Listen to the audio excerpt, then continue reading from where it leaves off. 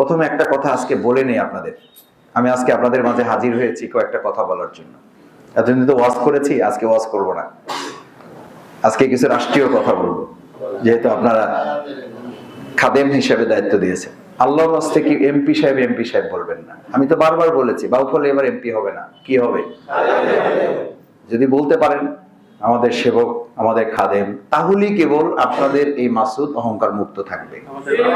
আমি একটা কথা সবসময় বলি, আমাদেরকে নষ্ট করার পিছনে কিন্তু আমাদের আশেপাশে কিছু লোক, কিছু অতিরিক্ত মানুষ থাকেন যারা আমাদেরকে নষ্ট করার ক্ষেত্রে ভূমিকা রাখেন। আমাকে মাফ করে দেন, এই কথাটা আমি এই কারণে বলেছি, মানে আমাদের মুখ থেকে অনেক সময় মানে ওই যে বাংলায় বলে না, ফেনা বের হয়ে যায়। লিকাইলাম তাসাউ আলা মা ফাতাকুম ওয়া লা তাফরাহু বিমা আতাকুম। পরিষ্কার কথা আল্লাহর, এটা মানতে হবে তো, এটা ইবাদত, এটা সালাতের মতো, রোজার মতো, এটা আল্লাহর নির্দেশ। সুতরাং সম্মান মর্যাদার দিক থেকে যদি আল্লাহর সাথে সম্পৃক্ত না করা যায়, ইসলামের সাথে, আল্লাহ সন্তুষ্টির সাথে সম্পৃক্ত করার নির্দিষ্ট না হয়, দুনিয়ার এই সমস্ত সম্মান মর্যাদায় আপনার এক পয়সার কোনো মূল্য। আপনি পৃথিবীতে এখন পর্যন্ত কেউ শুনেছেন যে মানে ভিন্ন ধর্মের লোকেরাও অহংকার করে, গর্ব করে তার ছেলের নাম, মেয়ের নাম বা অথবা চাচার নাম ফেরাউন রাখছে? কেন রাখে নাই? নিকৃষ্ট, এটা ঘৃণিত। তাহলে একই লাইন যদি শফিকুল ইসলাম মাসুদ ধরে, এটা কি তার জন্য কল্যাণকর? আমাকে তো বেলাল রাদিয়াল্লাহু তাআলা লাইন ধরতে হবে। তাহলে আল্লাহ দুনিয়াতেই আজানের মাধ্যমে আমাকে ওইরকম সম্মান আল্লাহ তাআলা আমাদেরকে দিতে পারেন না? পারেন। ইন্নাল ইজ্জাতা লিল্লাহি জামিআ। এমপি মর্যাদা মাপকাঠি না, মাপকাঠি হচ্ছে আল্লাহর বান্দা, আল্লাহর গোলাম হওয়া। ভালো করে বুঝেন যে তাশাহুদ আপনি পড়বেন, আজকে নামাজে পড়ছেন তো? রাসূল সাল্লাল্লাহু আলাইহি ওয়াসাল্লামের তাশাহুদের দুটো শব্দ, আদুহু ও রাসূলুহু। দেখেন, আগে আল্লাহর গোলামগিরি না রাসূলগিরি? রাসূল তো একটা মর্যাদার জায়গা। আল্লাহ তাআলা দোয়াটা শিখিয়েছেন এমন ভাবে যে আগে রাসূলগিরি না, আগে কি গিরি? গোলামগিরি। গোলামগিরি থাকলে রাসূলগিরি আছে, গোলামগিরি না থাকলে রাসূলগিরির কোনো গোলাম আছে তো রাসূল আছে সাল্লাল্লাহু আলাইহি ওয়াসাল্লাম। তো এই মর্যাদায় আল্লাহ তাআলা রাসূল সাল্লাল্লাহু আলাইহি ওয়াসাল্লামকে এত সুন্দর করে শিখালেন কেন? শিখালেন এই জন্য, লিকাইলা তাসাউ আলা মা ফাতাকুম। তোমাদের যদি হাতছাড়া কিছু হয়ে যায়, তোমাদের প্রত্যাশার কোনো জিনিস চাইলেন, পাইলেন না, তাতেও যেন তোমরা ভেঙে না পড়ো, হতাশ না হও। এটা ইমানদারের বৈশিষ্ট্য নয়। আজকে চিত্রটা যদি ভিন্ন রকম হতো, তাহলে আল্লাহ আমার দিকে চাইলো না, এই জুমা পরে আর কি হবে, গত জুমা এত কানলাম, কাম হইল না। এটা ইমানদারের নিয়ম?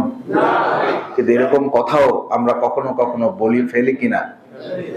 আল্লাহ কথা শুনলো না, আস্তাগফিরুল্লাহ। লিকাইলা তাসাউ আলা মা ফাতাকুম।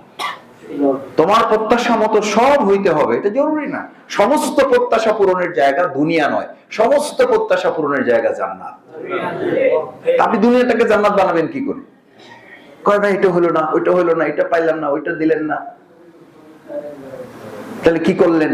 কি হইলো? বড় আশা ছিল, হ্যাঁ ছিল, সব আশা পূরণ এখানে হবে না বলেই তো জান্নাত। এখানে যদি সব পেয়ে যান তাহলে জান্নাত কি? তার জান্নাত যদি দুনিয়াটাই হয়, তাহলে একটা সত্য কথা শোনেন। সত্য কথা তো অন্যভাবে বললে আবার মাইন্ড করবেন, কোরআন হাদিস দিয়ে বললে তো শুনবেন নাকি? আর দুনিয়া সিজনুল লিল মুমিনিন ওয়া জান্নাতুল লিল কাফিরিন। এবার সিদ্ধান্ত আপনার, এখন সিদ্ধান্ত আপনার, আমার কোনো বক্তব্য নেই। ক্বালা রাসূলুল্লাহ সাল্লাল্লাহু আলাইহি ওয়াসাল্লাম আদ-দুনিয়া সিজনুল মুমিনিন। যদি ঈমানদার হও তাহলে দুনিয়াটা একটা জেলখানা। কি খানা? জেলখানা। তাহলে এখন কই আছেন? জেলখানায় মানুষ যত ভালো থাকুক, থাকতে চায় না, কিন্তু আপনি তো থাকতে চান, তার মানে সমস্যা আছে। সমস্যাটা কি? ওয়া জান্নাতুল লিল কাফিরিন। শুধু কাফেররাই এই দুনিয়াটাকে কি মনে করে? জান্নাত মনে করে। তাহলে তো আপনি যদি দুনিয়ার সব পাওয়ার চিন্তা করেন, আমি যদি সব পাওয়ার চিন্তা করি, তাহলে তো আমার ডেজিগনেশন, আমার পরিচয়টাই কি হয়ে যাচ্ছে? চেঞ্জ হয়ে যাচ্ছে। তো এটা মারাত্মক ব্যাপার না? এটা কঠিন কথা না? তাহলে সমস্ত চাওয়া পাওয়ার জায়গা দুনিয়া নয়, সমস্ত চাওয়া পাওয়ার জায়গা জান্নাত। আর যদি আমি দুনিয়ায় সব চাওয়া পাওয়ার ঠিকানা নির্ধারণ করি, তাহলে আমি ইমানদার থাকি না, আমার পর্যায়টা কাফেরের জায়গায় চলে যায়। নাউজুবিল্লাহ। আল্লাহ আমাদের হেফাজত করুন। এটা মাথা থেকে আমাদের ফেলে দিতে হবে। দুনিয়া সব পাওয়ার জায়গা নয়। আমার না পেলেও হতাশ হয়ে ভেঙে পড়াটাও আল্লাহর সুন্নাত নয়। সুন্নাতটা কি? লিকাইলা তাসাউ আলা মা ফাতাকুম ওয়ালা তাফরাহু বিমা আতাকুম। আবার তুমি পেয়ে গেছো, ভাবখানা এরকম, উরে বাপরে বাপ, কি যে একটা অবস্থা, ডাইনে বামে সামনে পিছনে লোকজন, মানে একটা হুলস্থুল কাণ্ড। এই যে মসজিদে, আমাকে আল্লাহর ওয়াস্তে মাফ করে দেন, কিছু মনে করেন না আপনারা, শফিকুল ইসলাম মাসুদ ঢুকবে, একজন সাধারণ মুসল্লি ঢুকবে, there is no difference between a stage, দুজনের মধ্যে কোনো পার্থক্য থাকবে না, সেটার নাম হচ্ছে ইসলাম। হ্যাঁ, আলাদা করে কোনো মহাব্বত থাকতে পারে, কিন্তু সেই মহব্বতের মধ্যে যেন দুনিয়ার কোন ইন্টেনশন, কোন বাড়াবাড়ি কোনো না থাকে, সেটার ব্যাপারে রাসূল সাল্লাল্লাহু আলাইহি ওয়াসাল্লাম এমনও বলেছেন, পিছনে তুমি জুমায় এসেছো, তুমি পিছনেই বসো। একজনের কাঁধ নিয়ে তুমি যদি যাও, এটা আদবে শুধু খেলাফ না, এটা রাসূল সাল্লাল্লাহু আলাইহি ওয়াসাল্লাম নিষেধ করেছেন। এটা মসজিদ, এই আদব আপনাকে আমাকে কেন শেখানো হচ্ছে? ওয়ালা তাফরাহু বিমা আতাকুম। তুমি কোনো কিছু পেয়ে গেছো, কোনো কিছু তোমাকে দেওয়া হয়েছে, এই দেওয়া পাওয়া নেওয়া, এটার মালিক তো তুমি না, এটা মেহেরবানি করে, দয়া করে, অনুগ্রহ করে, মায়া করে তোমাকে কে দিয়েছেন? আল্লাহ দিয়েছেন। আর আমি পিছনে বসলে কি অসুবিধা? সামনে এবং পিছনের উপরে ভিত্তি করে তো জান্নাত জাহান্নাম নির্ধারণ হবে না। জান্নাত জাহান্নাম নির্ধারিত হবে আমি যেখানে বসেছি, যে কথাগুলো বলছি, যে কথাগুলো শুনছি, তার উদ্দেশ্য যদি হয় আল্লাহ সন্তুষ্টি, আর উদ্দেশ্য যদি হয় এগুলো আমি মানতে চাই, বুঝতে চাই, আমল করতে চাই, তাহলে সামনে বসে থেকেও যদি আমল করা না যায়, তাহলে কোনো লাভ হবে না। পিছনে বসে থেকেও যদি কোনোভাবে শুনে আপনি মানতে পারেন, তাহলে আপনি সামনে ওয়ালার চেয়ে বেশি সফল কাম।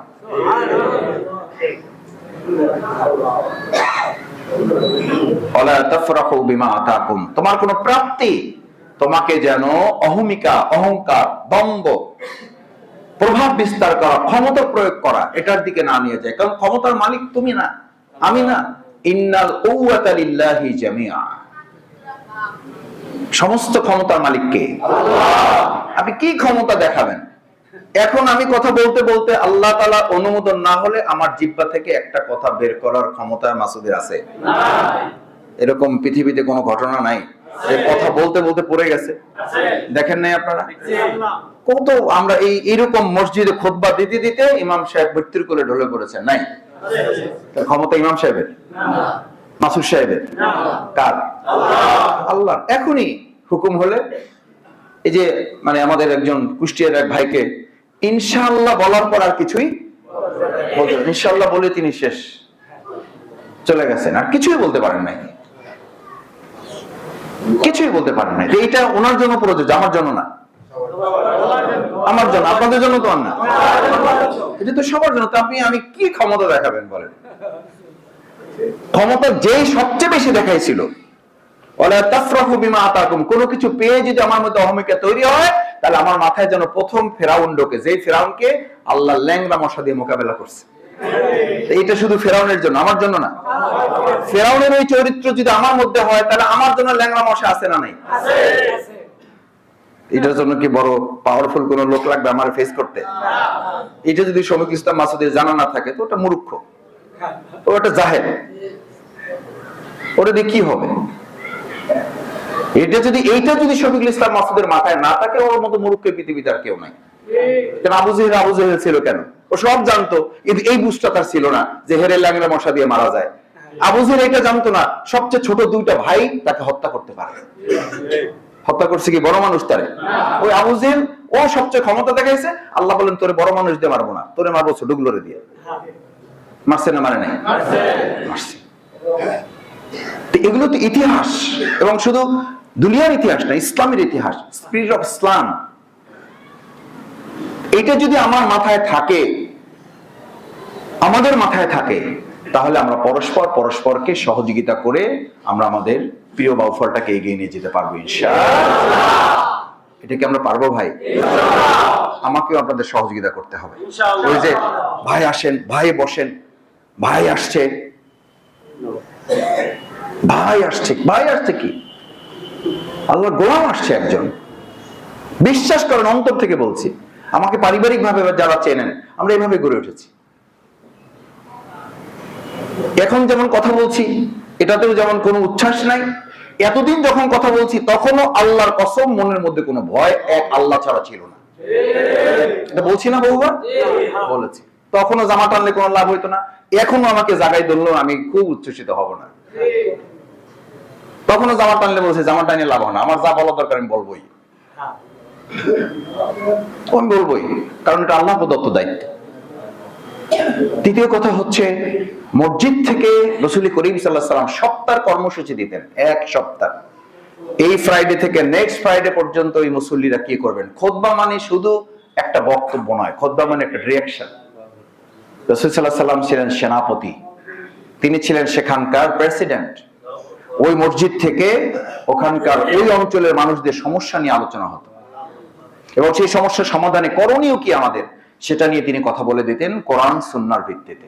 তাআওয়ানু আলাল বিররি ওয়াত তাকওয়া, তাহলে পরস্পর আমাদের তাকওয়ার কাজে সহযোগিতা করা। ওয়ালা তাআওয়ানু আলাল ইসমি ওয়াল উদওয়ান, অন্যায় কাজে কোনো সহযোগিতা নাই।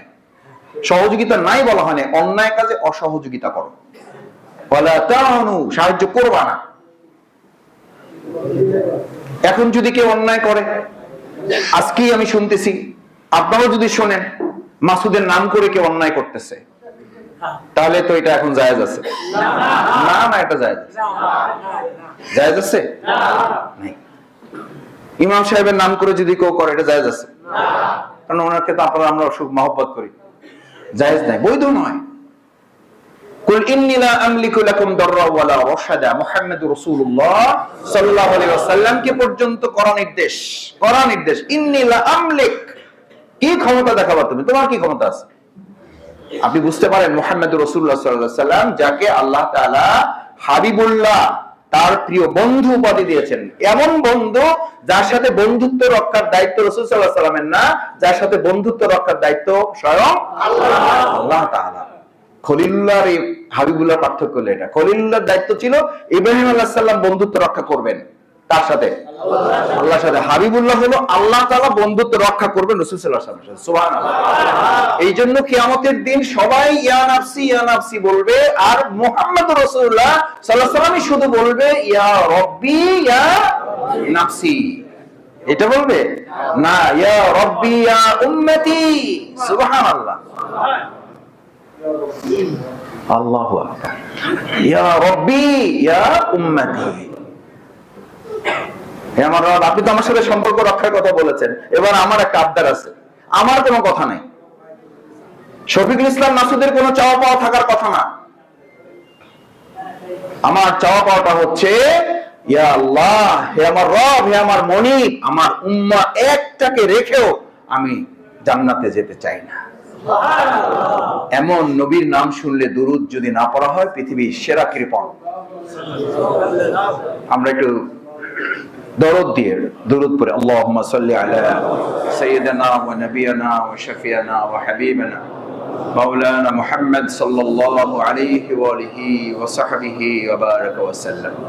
সম্মানিত মুসল্লিয়ান ইকরাম, সেজন্য দ্বিতীয় কথা হচ্ছে যে আমরা সম্মিলিতভাবে পরস্পরকে ভালো কাজে সাহায্য করব, অন্যায় কাজে অসহযোগিতা মানে হলো তাকে ওই কাজে নিবৃত্ত রাখবো। যে ভাই কাজটা সঠিক নয়, এটা যে কেউ বলুক না কেন, এটা আপনি করতে পারেন না, এটা করবেন না। আমার নামে, আমার কোনো দলের নামে, কোনো সংগঠনের নামে ভাই আসছে অমুক জায়গা থেকে, এটা অন্যায়, এটা এখনই করতে হবে। অন্যায় করার জন্য প্রতিশোধ নেওয়ার, প্রতিহিংসা করার, প্রতিরোধ করার ক্ষমতা আপনার আছে, কিন্তু আপনি আইন হাতে তুলে নিতে পারবেন না। যদি আমি অন্যায় করি, আমাকে আপনি ধরেন, ধরার ক্ষমতা আপনার আছে, ধরে আপনি আমাকে একটা থাপ্পড় মারতে পারবেন না, এটা জুলুম। আর যদি আপনি জুলুম করেন, আমি যদি জুলুম করি, তাহলে মনে রাখতে হবে পৃথিবীর কোন জুলুমই আল্লাহ তাআলা কিয়ামত পর্যন্ত অপেক্ষা করেন না, দুনিয়াতেই তার শাস্তি প্রদান করেন। শুধু জুলুম আল্লাহ বহু গুনাহ মাফ করে দেন, বা সবই মাফ করতে পারেন, এটাও আল্লাহ মাফ করতে পারেন, কিন্তু জুলুমের উদাহরণ হচ্ছে এটার আল্লাহ তাআলা শাস্তিটা কোথায় দেন? দুনিয়াতে দেন এই জন্য যে পরবর্তী যেন কেউ জুলুম করার সাহস না করে। অন্যগুলোর জন্য আল্লাহ তাআলা জাহান্নাম রেখেছেন, কিন্তু জুলুমের গুনাহ আল্লাহ তাআলা নগদে শাস্তি দেন। দেখেন আমাদের দুনিয়াতে কিছু শাস্তি আছে, একটা মামলা হয়, মামলা হওয়ার পরে কোর্টে এগুলো শুনানি হয়, এরপরে জেল ফাঁস যা হয়। আরেকটা হলো মোবাইল কোর্ট। কি কোর্ট? মোবাইল কোর্ট ছিল না? মোবাইল কোর্ট, এটা হলো ইনস্ট্যান্ট কি দিয়ে দেয়। এই শাস্তি দেওয়ার মূল লক্ষ্য শাস্তি দেওয়া না, শাস্তি দেওয়ার মূল লক্ষ্য হলো এর দেখা দেখি অন্যরা যেন শিক্ষা নেয়, এই কাজ সে করলে একই শাস্তি তারও পেতে হবে। এটার জন্য কোনো আদার্স আইন কানুন মামলা মকদ্দমা কিছুই লাগবে না, এখনই তার এরকম শাস্তি হয়ে যাবে। আল্লাহ তাআলা জুলুমটাকে এভাবে বলেছেন, জুলুম করলে ইনস্ট্যান্ট শাস্তি হবে তোমার। সুতরাং আমাদের কোন পক্ষ থেকে যেন, কোন পক্ষ থেকে কারো উপর আমাদের যেন জুলুম না করি, জুলুম না হয়। আল্লাহ তাআলা আমাদেরকে সেই কাজে সাহায্য করুন, আল্লাহ তাআলা আমাদেরকে সেটার জন্য কবুল করুন। চতুর্থ হচ্ছে, আমাদের এই দুনিয়া আমরা এসেছি তো আমাদের হযরত আদম আলাইহিস সালাম, হযরত হাওয়া আলাইহিস সালাম, আমাদের তো একটা পরিবার, একটা জায়গা থেকে তো আমাদের শুরু। তো এই একটা জায়গা থেকে যদি শুরু হই, তাহলে তো আমরা সবাই পরস্পর একই পরিবারের অন্তর্ভুক্ত। আমরা তো সেই কথাটাই বলতে চাই যে আমাদের বাউফলটাকে আমরা একটা পরিবার মনে করতে চাই। সেখানে শফিকুল ইসলাম মাসুদের যদি কোনো অন্যায় থাকে, সেই অন্যায়ের বিচার করার দায়িত্ব যেন আব্দুর রহিম না নেয়। কারণ আব্দুর রহিম যদি নেয়, তাহলে আব্দুল জব্বারও তো নিবে, আব্দুল করিমও তো নিবে, আব্দুল সত্তারও তো নিবে, তাহলে পরিবেশ ঠিক থাকবে? থাকবে না। হ্যাঁ, মাসুদের ভুল হয়েছে, অন্যায় করেছে, সেটার জন্য আমাদের সমাজে প্রচলিত আইন আছে, আইন তার ব্যবস্থা গ্রহণ করবে। আমাদের অনুরোধ থাকবে, আহ্বান থাকবে, কোন ত্রুটি বিচ্যুতি ধরা পড়লে সেটা যে আমিও হই, তাহলে আমাদের দায়িত্ব হবে তার ব্যাপারে আইন প্রয়োগকারী সংস্থার কাছে তাকে তুলে দেওয়া, তাদের সহযোগিতা নেওয়া। আমি যেন আমার মতো করে কাউকে শাস্তির আওতায় না নিয়ে আসি। তাহলে আপনাকে আমাকেও মনে রাখতে হবে, আমাকেও এরকম শাস্তির আওতায় কে চাইলে নিয়ে আসতে পারে, কারণ আমার চেয়ে তো ক্ষমতাবান আছে। ভাই, দুনিয়াতে আল্লাহ তাআলা দেখেন, মানে ছোট মাছ থেকে শুরু করেন, মলন্দ মাছ, এটা খায় বোয়াল মাছ। এই বোয়াল মাছ খাওয়ার জন্য আরো বড় মাছ আছে, তিমি মাছ, এটা বড় মাছ খায় বা আরো বড় মাছ খায়। এই তিমি মাছ খাওয়ার জন্য আবার কি আছে? হাঙ্গর পিছনে লাগানো আছে। এই হাঙ্গরকে মোকাবেলা করার জন্য এমন একটা প্রাণী আছে যে প্রাণীটা যদি হাঙ্গরকে টাচ করে, শুধু টাচ করতে পারে, তাহলে ওর সাথে সাথে মারা যায়। আল্লাহ তাআলা দুনিয়াতে এমন ভাবে ব্যালেন্স করে রাখছেন যে চাইলেই কেউ এককভাবে ক্ষমতাবান হইতে পারবেন না। এটা তো পরিষ্কার বর্ণনা আছে, পারবেন না। সুতরাং আমাকে মনে রাখতে হবে, আমি যদি ক্ষমতা দেখাই, আল্লাহ তাআলা আমার ক্ষমতাকে নিষ্ক্রিয় করার জন্য আমার উপরেও ক্ষমতাবান আছে। সুতরাং আমার ক্ষমতা দেখানোর ক্ষেত্রে হিসাব করতে হবে যে এটা দেখানোটা আমার যথার্থ না। আল্লাহ তাআলা আমাদের মাফ করুন এই জায়গায়। পঞ্চম, আমি আপনাদের যে কথাটা বলতে চাই, সালাতুল জুমায় আমরা যারা হাজির হই, আমাদের ভাবতে হবে এটা যে এই সমাজ, এই রাষ্ট্রটাই আমাদের শেষ কথা নয়। এটা হচ্ছে একটা পরীক্ষা কেন্দ্র, আমরা একটা পরীক্ষার মধ্যে আছি। এই পরীক্ষার হলটা নির্ধারণ করেছেন কে? আল্লাহ। আল্লাযী খালাকাল মাউতা ওয়াল হায়াতা লিয়াবলুয়াকুম আইয়ুকুম আহসানু আমালা। আমি তোমাদেরকে মৃত্যু এবং জীবন সৃষ্টি করেছি যাতে তোমরা ভালো কাজ করতে পারো, কত ভালো সেটা পরীক্ষা করার জন্য। তাহলে আমরা তো সাধারণ অবস্থায় নাই, আমরা তো পরীক্ষার হলে আছি। This is not general room, this is absolutely exam হল। আপনি এটা পরীক্ষার হলে, পরীক্ষার হলে একজন ছাত্র বা ছাত্রী সবচেয়ে বেশি নজর দেয় কিসের দিকে? সময়ের দিকে। শুরু করে ঘড়ি দেখে, যতবার কোশ্চেনের দিকে তাকায় তার চেয়ে বেশি তাকায় সময়ের দিকে। এবং দেখেন মজার ব্যাপার হচ্ছে, সব লেখার পরও ছাত্ররা যখন বের হয়, বাবা মা জিজ্ঞেস করে, বাবা কেমন হয়েছে পরীক্ষা? শিক্ষকরা জিজ্ঞেস করে কেমন হয়েছে পরীক্ষা? কয় সবই ঠিক ছিল, ইস আরেকটু যদি কি পাইতাম। বলে না? বলে না? মানুষ যখন এই পৃথিবী ছেড়ে চলে যায়, ফেরেশতারা তার সামনে আসার সাথে সাথে একটা কথা প্রথমেই বলে, ইয়া লাইতানি কদ্দামতু লি হায়াতি। আফসোস, আমি যদি আরেকটু কি পাইতাম, আহা আরেকটু সময় যদি পাইতাম, তাহলে আমি ফজর নামাজটা কাজা করতাম না, জোহরটা কাজা করতাম না। আমি অন্যায়টা করতাম না, আমি অন্যায়টা ছাড়ার সিদ্ধান্ত নিয়েছিলাম, কিন্তু কি পাই নাই। এই সিদ্ধান্ত নিয়েছিলাম চিন্তা করতে করতে বহু কফিন মাটির নিচে কি আছে। কবরের কাছে গিয়ে আলী রাদিয়াল্লাহু তাআলা জানতে চাইতেন, হে কবরবাসী, তুমি এমন অনেক সিদ্ধান্ত জীবনে নিয়েছিলে, বাস্তবায়ন না করে চলে গেছো, আমি আলীর চেষ্টা করতেছি সিদ্ধান্ত যেন আমি বাস্তবায়ন করে তারপরে কবরে যেতে পারি। কবরের কাছে গিয়ে সবচেয়ে বড় উপলব্ধি হবে, এই কবরবাসীর মধ্যে এমন অনেকে আছেন সিদ্ধান্ত নিয়েছিলেন, বাস্তবায়ন করতে। আমাদের দায়িত্ব হচ্ছে যা আলোচনা, যা কোরআন, যা বুঝি সেটা ভালোভাবে যেন আমাদের জীবনে আমরা আমল করতে পারি। আল্লাহ তৌফিক দান করুন। কারণ পরীক্ষার হলে যখন শিক্ষক থাকে, ছাত্রদের জিজ্ঞেস করে কেমন হয়েছে, স্যার ভালোই হয়েছে, কিন্তু 2-4টা কোশ্চেন একটু কি হয়েছে, একটু ঝামেলা হয়েছে। তখন শিক্ষক কি সান্ত্বনা দেন আপনারা, বাবা যা পারো দেখো, পাস ফেলের দায়িত্ব তো আমার, খাতায় কিছু লিখতে হবে, কিছু যদি না লিখতে পারো তাহলে কিন্তু আমি কোনো দায়িত্ব নিতে পারবো না, চালাই যাও, লিখতে থাকো, যা মনে আসে লেখো, খাতা ভরে দাও, তারপর দেখা যাক কি হয়। বলে না, বলে না?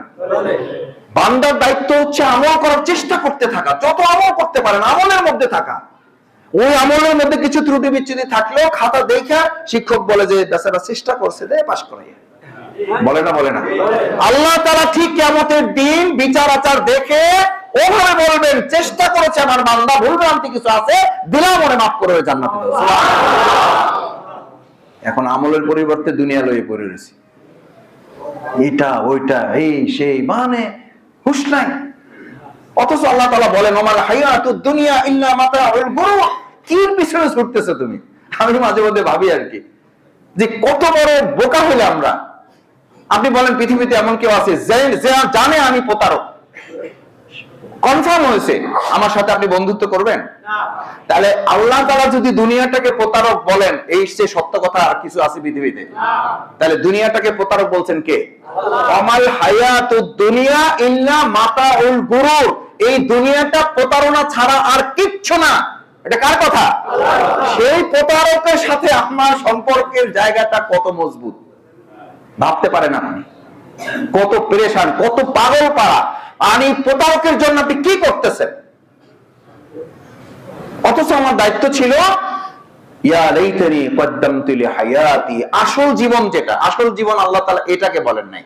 আল্লাহ তাআলা আসল জীবন বলছেন মৃত্যুর পরের সময়টাকে। এই মৃত্যুর পরের সময়টাকে যদি কেউ গুরুত্ব দেয়, তাহলে দুনিয়ার জীবনের জন্য সে পাগল হইতে পারে না। ছোট্ট 2টা লাইন মাথায় রাখেন। যার মাথায় জান্নাত ঢোকে, তার মাথায় দুনিয়ার কোন সম্পদ ঢুকতে পারে না। যার মাথায় জাহান্নামের ভয় ঢোকে, তার মাথায় দুনিয়ার আর কোন ভয় আল্লাহ ছাড়া ঢুকতে পারে না। এখন আমার মাথায় ঢুকছে হলো দুনিয়া, জান্নাতে জায়গাই তো নাই। জান্নাত ঢোকার তো জায়গায় ফাঁকা রাখি না, দুনিয়া দিয়ে ভর্তি করে রাখছি। এইটা পাইলাম, ওইটা পাইলাম না, 2তলা হয়েছে 3তলা হইলো না, 3তলা হয়েছে, টাইলস হইলো না, টাইলস হইলে এসি লাগলো না, এসি লাগলো, ডুপ্লেক্স বাড়ি তো করতে পারলাম না। আমার পাশের বিল্ডিংটা তো ডুপ্লেক্স, আমার ছেলে মেয়েরা খালি ধরে আমারে, বাবা করছো কিন্তু ডুপ্লেক্স তো হইলো না। ডুপ্লেক্স হয়েছে, সাথে তো বারান্দা হইলো না, বাগান তো হইলো না, বাগান তো হইলো, কিন্তু আমরা তো একটা সুইমিং পুল তো করতে পারলাম না। বাবা কি করলা তুমি? বাবা বাবা পাগল হয়ে যায়। আগে 200 টাকা ঘুষ খেয়েছে, এখন 500 টাকা খায়। এই পাগল বানাইছি না বানাই নাই? আমরা বানাইছি ভাই, বানাইছি। ওই ছেলে ওই বউ বলে যে তাহাজ্জুদ পড়ে, সেইটা সকালে বলে নিয়ে আসলে মোলের নামাজ, কতদিন আমার ছেলে ইলিশ খায় না। তো কি করবা বাবা হিসেবে? তোমার তো দায়িত্ব আছে, একটা বড় ইলিশ, একটা ডিমালা ইলিশ তো খাওয়ানো। এই চিন্তা করে এই আফসোসের জায়গা পূরণ করতে হলে আমার তো ঘুষ খাওয়া ছাড়া কোনো উপায় নেই। আমার সম্মানিত মুসল্লিয়ান ইকরাম, যেহেতু অনেক মুসল্লি বাইরে অপেক্ষমান আছেন, আমি আর কথা বাড়াতে চাই না, সময় হয়েছে। আমি 3টা কথা বলে এখন ছোট ছোট করে শেষ করতে চাই। নাম্বার 1 হচ্ছে আল্লাহর কাছে আমরা সাহায্য চাই। আপনারা আমার জন্য দোয়া করবেন, পারবেন একটু? আর আমি আপনাদের কোনো সাহেব না, আমি আপনাদের সন্তান। আগে যেভাবে বলেছি ওভাবে যদি রিসিভ করেন যে হ্যাঁ তোমাকে সন্তান হিসাবে, তোমাকে ছোট ভাই হিসাবে আমরা গ্রহণ করেছি, তাহলে আপনাদের হৃদয়ে, আপনাদের মাথায়, আপনাদের বুকে আমাকে কোনো সাহেব হিসাবে না, আমাকে নিতান্তই সন্তান, ছোট ভাই, আর এর চেয়ে যদি বেশি সম্মান দিতে ইচ্ছা করে তাহলে অ্যাবসলিউট একজন খাদেম, একজন সেবক হিসেবে আমাকে স্থান দিবেন। একেবারে অন্তর থেকে আল্লাহ সাক্ষী, সালাতুল জুমায় আপনাদের কাছে বললাম, যদি এটা রাখতে পারেন তাহলে দুনিয়ায় এবং পরকালে এটা আমার জন্য কল্যাণ। আমি অহংকার মুক্ত থাকতে পারবো, আমি প্রতিহিংসা মুক্ত থাকতে পারবো। আমাদের বাউফলে কোন অবস্থায় আমরা প্রতিশোধ এবং প্রতিহিংসা করতে দেব না। পারবেন ইনশাআল্লাহ? আপনারা এলাকায় এলাকায় একটা টিম করে নিজেরা দায়িত্ব নেবেন। এরকম কেউ করলে প্রশাসনকে সহযোগিতা নিয়ে প্রতিহিংসা প্রতিশোধের জায়গা আমরা কর্মরচনা করব। কোন ভুল ত্রুটি কারো হলে নাগরিক হিসাবে দায়িত্ব থাকবে আইন শৃঙ্খলা বাহিনীর, তারা আইন প্রয়োগ করবে। পারবো আমরা ইনশাআল্লাহ? দেখবেন যে আল্লাহ তাআলা বরকত দান করবেন। এই বরকত না পেলে কোন এমপি সাহেব, কোন খাদেম সাহেব, কোন মন্ত্রী সাহেব কেউ কিছুই আপনাকে করতে পারবে না, যদি না আল্লাহ তাআলা তার পক্ষ থেকে আসমান এবং জমিনের বরকতের দরজা আমাদের খুলে না দেন। আসুন সম্মানিত মুসলিম ইকরাম, আমরা আল্লাহ তাআলার কাছে সাহায্য চাই।